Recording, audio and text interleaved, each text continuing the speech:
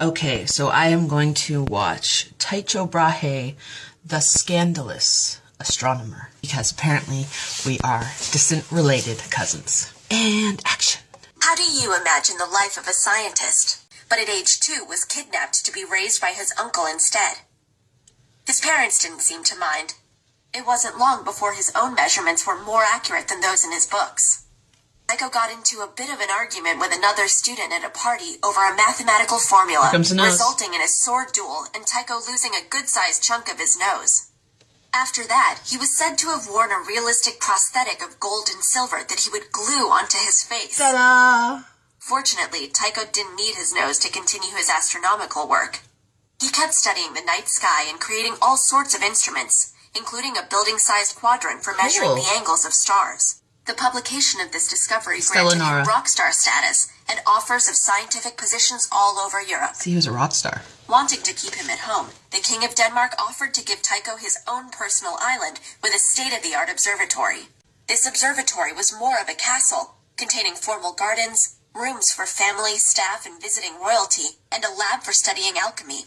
Tycho was no the castle shit. would be complete without entertainment. Look at all this Tycho stuff he did. employed a clairvoyant dwarf named Jep as court jester. Clairvoyant dwarf. Tycho lived on his island, studying and partying for about 20 years.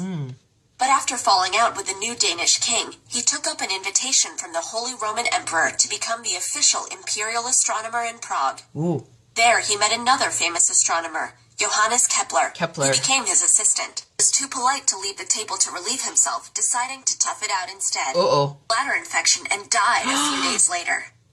But over 400 years after his death, Tycho still had a few surprises up his sleeve. That's how he died? When his body was exhumed and studied in 2010, the legendary gold and silver nose was nowhere to be found, with chemical traces suggesting that he wore a more casual brass nose instead.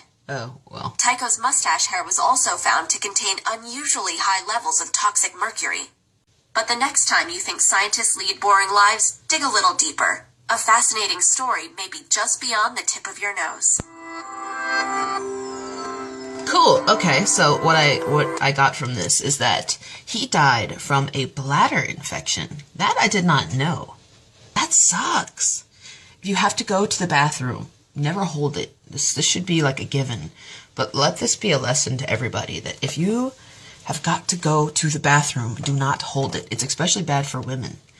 But for men, you can get urinary. Excuse me. Poor Tycho. This one was amusing. Thanks.